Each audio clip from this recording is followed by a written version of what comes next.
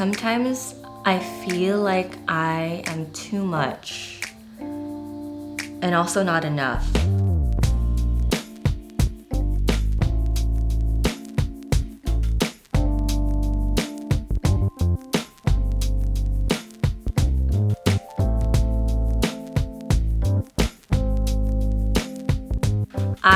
My name is Kayla May Paz Suarez. I'm 31 years old and I am a freelance artist. My name is Ed Gonzalez Moreno. I'm 30 years old and I am a TV and theater actor. And how long have you both been together? 5 years? 5.5 years. We've been together 5.5 years, right? No, just over 5 years. No half. No. What does that even mean? Ed, you can put both headphones on now. Cool.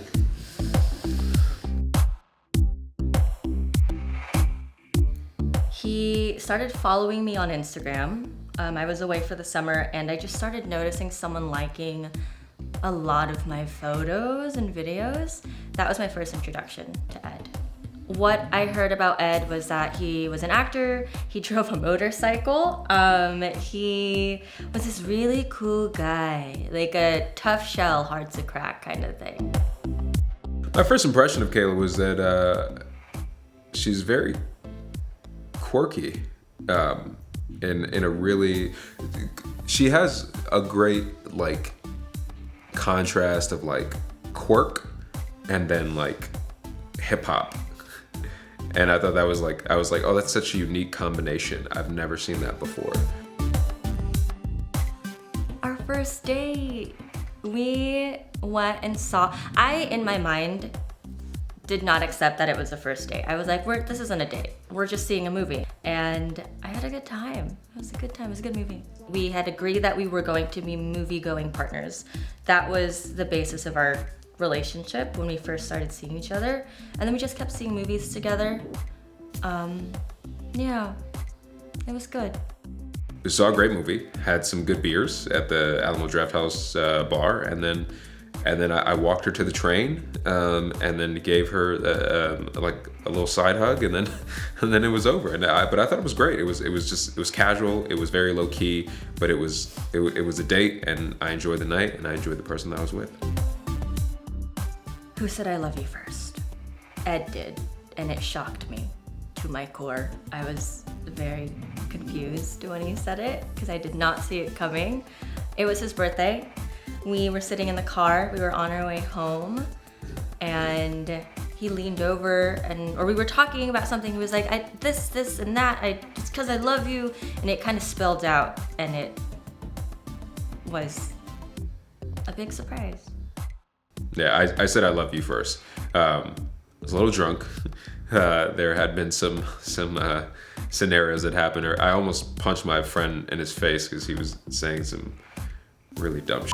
But so those tensions were high, and I think in our conversation, it kind of slipped out. It was like, I got a lot of love for you. So it wasn't like really an I love you. It was more like I got a lot of love for you. But she took that, and she took the word love, and she ran with it, and her whole demeanor changed after that. But I definitely said I love you first. An Ed impersonation. Oh, he does this thing when he checks his reflection sometimes. I was like, he's chewing gum. But I know he's not chewing gum. I know he doesn't have gum in his mouth.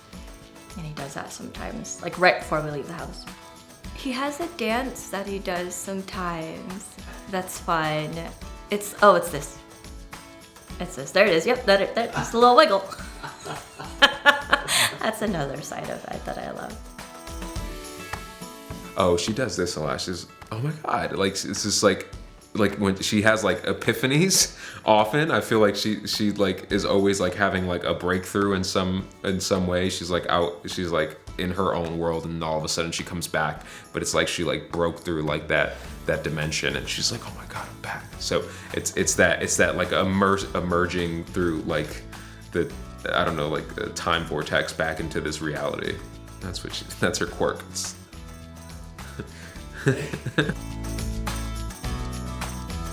What would I miss most if Ed were gone? His ability to ground me in reality. Just the energy she brings. I think I like to describe Kayla as like the ultimate hype man. For people who don't know what a hype man is, it's like, you know, rappers on stage and like the hype man is like hitting like the end of every punchline, and they're, you know, they're ad-libbing in the background, you know, trying to get the rapper excited and get everyone excited. Kayla is my ultimate hype man. With whatever I do, you know, when I book a gig, when I achieve something, she's always hyping me up, and she always puts me on display. And even though I'm like very cold towards him, like, oh, that's whatever. I mean, it warms my heart. So I think I would really miss having that hype man and that supporter in my life. So the biggest fight we've ever had, and it's probably maybe the funniest thing that's ever happened to us, because that's how our fights always end up. They end up being hilarious for no reason. I think probably because we can't take ourselves seriously, or too seriously. We had been living together for quite some time in Oakland. I decided that I wanted to leave in the middle of the night. He just didn't let me go. He was like, "You're not, what, why? Why, where are you going? Where are you gonna go? It's midnight, we're in Oakland, what do you think is gonna happen to you? Let's be real. Let's be honest about this reality. What do you think is actually gonna happen to you if you leave?" I don't know, sometimes I think I'm like much bigger than I actually am. New Year's Eve, not this past year, but the year before, I got into it with someone about pigmentation and how that comes into play within the Puerto Rican. Now I'm getting super deep, but the scope of like, you know, a light-skinned Puerto Rican versus like a very dark-skinned Puerto Rican, and racism within the Puerto Rican community. And I was really passionate about it. I had also had multiple shots of whiskey, and I'm not deviating from that, from my opinion. And I get really passionate. I'm from the East Coast when I speak, and then someone else got mad at me because they're not from New York, so they don't know how New Yorkers and East Coasters speak. And then Kayla got mad at me because Kayla also doesn't realize how a New Yorker speaks. And so we got really mad at each other, and we were yelling at each other in the middle of the West Side, on like 77th Street in like a suburban neighborhood. That was the biggest fight we ever had. And then one of our friends, poor thing, she was like trying to like mediate us and like get us in the cab and get us home so we can go to sleep. But that was the biggest fight we've ever had, by far. The most annoying thing Ed has ever done, he leaves his socks everywhere. There's a mountain of socks under our couch and under our coffee table, and I'll often have to collect the socks and put them in the hamper because he likes to leave them in one spot. This happened this morning. So we have like a standard size shower, and I'm much larger than she is. And so whenever I take a shower, unless it's like, hey, let's go take a shower. If I go into the shower by myself, I want to be by myself, because we have like one of those shower heads that like shoot straight down, and then we have like those detachable ones, but it's like she gets in the shower and she takes the entire shower. Like she'll like put herself in front of me, and then I can't get the shower, but I also like to like get in there like for my thoughts, and like she comes in and like just completely disrupts the energy in there, and then completely takes the hot water away. And don't get me wrong, I love taking showers with you when that's the intention going in, but that like when I'm in the shower by myself, if I go in alone, I want to stay in alone. That is the most annoying thing she does sometimes. Oh my God, the pandemic. Like in the middle of spring 2020, we had been living, Ed was in LA. He didn't decide, we had no choice. He moved back in with me and my parents. And it was just hard to like live on top of each other for all that time. And he almost left and was like, I'm gonna go to Connecticut. I'm just gonna move back home. I don't wanna be here anymore. This is it, I'm done. And it was really hard because work didn't stop for me. It got even more busy. And I had to be the one to ground us in reality and be like, that's not what's happening. You don't actually wanna do that. Yeah, we've overcome a lot. I think just as individuals trying to navigate an artistic lifestyle, going back to the first apartment we had, and then the pandemic happened, that was a challenging time and probably the biggest hurdle we've ever had to overcome, because there were so many things coming at us at once, and it really made us look at each other and look in the mirror and say, do you want to do this? And do you want to try anew? This was like the third time we were trying something anew. And then we moved to New York and we've been here ever since. So we overcame it, but the pandemic threw a lot at us, and all of the variables within the pandemic too, living with her parents and trying to find a base for ourselves. That was a huge challenge. The haters. Can you elaborate on that? It doesn't matter what other people think. It matters that you show up, no matter what it is. Especially for those you love and the things you love. So f the rest. Patience. When we first moved in together, it wasn't the most glamorous thing. You know, we lived in a studio apartment in Oakland. It was all we could afford, really. I think part of me, I like to think of myself as a provider, and so in that moment, I didn't feel like I was able to provide, because we lived in such a basic, humble place. So I had to learn patience fast, because I was like, well, we're 25 and 26 years old. This is not going to be our thing forever. So patience and grace with myself. 'Cause she was fine. She was like, oh, this is cool. And I was just like, oh, but you deserve better. So I had to learn a lot of patience when we first moved in together. The first day of the year, January 1st, we walk a bridge. We walk across the bridge together. The first year we walked across the Golden Gate Bridge. If it's not a bridge, we'll like do a long walk somewhere, but that's our big tradition, is that we'll take long walks on the first day of the year, have a conversation around what we want, what we've done, reflect. One of my favorite things, my mother lives in Connecticut, and whenever we have to go, we have a dog together. There's a Starbucks, and we would drive up there, and my favorite thing was to go to the local Starbucks and get like a nice like big red eye, and then she gets whatever like matcha concoction that she gets, but getting a puppuccino for our dog and watching our dog just destroy it. I think that was such a great ritual that every time we went up there, we would do it and make sure that the puppy was happy. Ed in 3 words. Grounded. Determined. Love. Try not to cry. Love. Quirky.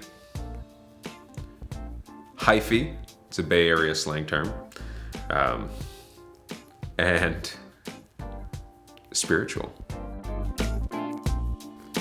I hope to continue to tell our story, to share stories, to build a foundation of love and support and vulnerability, and to heal our generational drama. I had a bunch of friends in college where like we would go to their home and like, you'd see a picture on the wall of like this old couple, and it was like, oh, that's grandma and grandpa. That is my dream for our generations. Like in like 3-4 generations, there's a picture of us as old ass people somewhere, and like our great grandkids are like pointing to us when they have like people over, and they're saying, these two are the reason why we live in abundance today, whether it be, with just love, but also like wealth as well. So that is like the grand picture. You have to guess what you thought I said. Oh, what I think right? you said. Is that Yeah. okay? Did you say it? Did I say it? Yeah. Yeah, I mentioned the apartment in Oakland, and I wanted to get away. Oh, Which one did you say? That's also the funniest moment, because I couldn't That stop was laughing. also, yeah. But it wasn't because you were being funny. It was Because I was actually having a mental breakdown. you were just being a brat. Yeah. You were being a brat. What was the biggest fight that you? Oh, New Year's. No, yeah. Oh my God, blocked out of memory. Yeah. Yeah. Well, it was big, also very drunk. So, yeah. Yikes. No, you win. Yeah, that's pretty bad. Yeah. That's pretty bad. You would miss my comedy and all of the laughs I bring.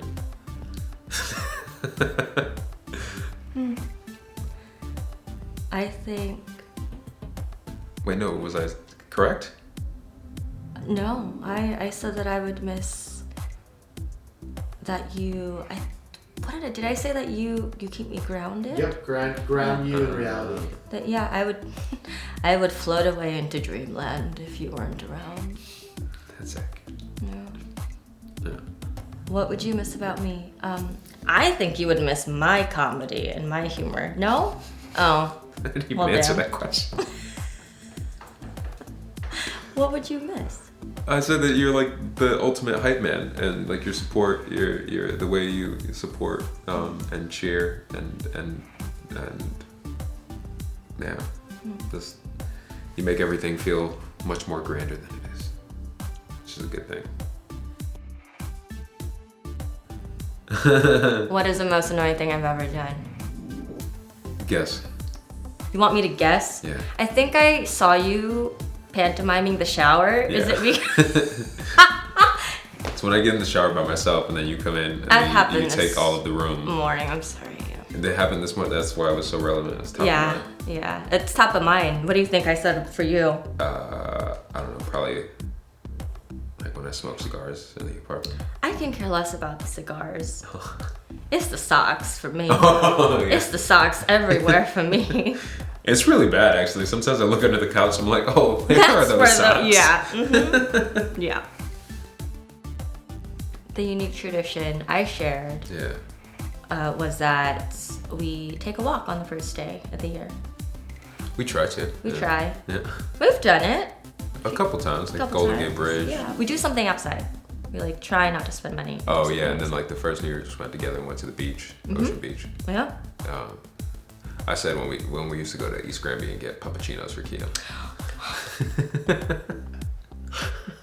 That is a ritual. It's like she's going to grandma's house Yeah. and she gets a treat. Except it's not from grandma, it's from And she doesn't need to know that grandma's Local not corporation. Starbucks. Pandemic. Oh, I said the same thing. Yeah. Yeah. Yeah. Moving back in. Yeah. With your parents. Yep. Yeah. That was the biggest challenge. Yeah. So far. Yeah. Also, the shoebox apartment had said. Yeah.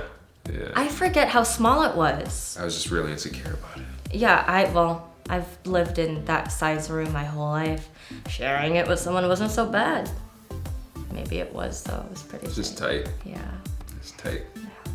I think I read your lips and you said Oh, marriage, yeah. married. I thought it was like my big picture is just like I love like when people like go into a home and they're like, oh, who's that old ass couple on the wall? Oh, that's why you were like, I was like, what is he Yeah, and they're like, pointing at? oh, that's like Grampy, and you know he came to America and like you know he had like 2 cents in his pocket and then he built this thing and like that's why we live in abundance today, spiritually loving. And I was like, I want to be those old ass people. You want to be those old ass people, Yeah. but we're gonna be like, it's not just like a regular portrait. It's like a really. It's a hyphy portrait. It's a exactly with Kiyoshi. the dog Yeah. in the background, like an angel, like those old photos. Yeah. Yes. That'll be fun.